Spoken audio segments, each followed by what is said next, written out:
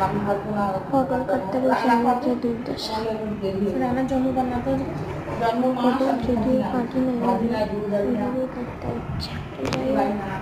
ও জন্ম মাসে করতে নেই, বেশি বেশি করে সাবস্ক্রাইব করো, লাইক করো, কমেন্ট করো। আমি তো মাথা কথা কিছুই করতাম না এই মাসে। হ্যাঁ না মাসে মাসে মাথা আমি এখনো ওর জন্ম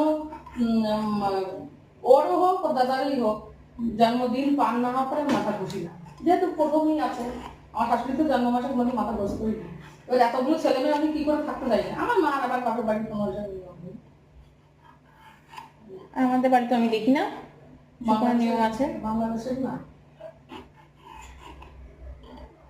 শোনেন, সবই হচ্ছে মানুষের তৈরি করা নিয়ম। ভগবান এসব বলে দেয়নি যে এই মাসে এই করো, এই মাসে এই করো, তাই করো।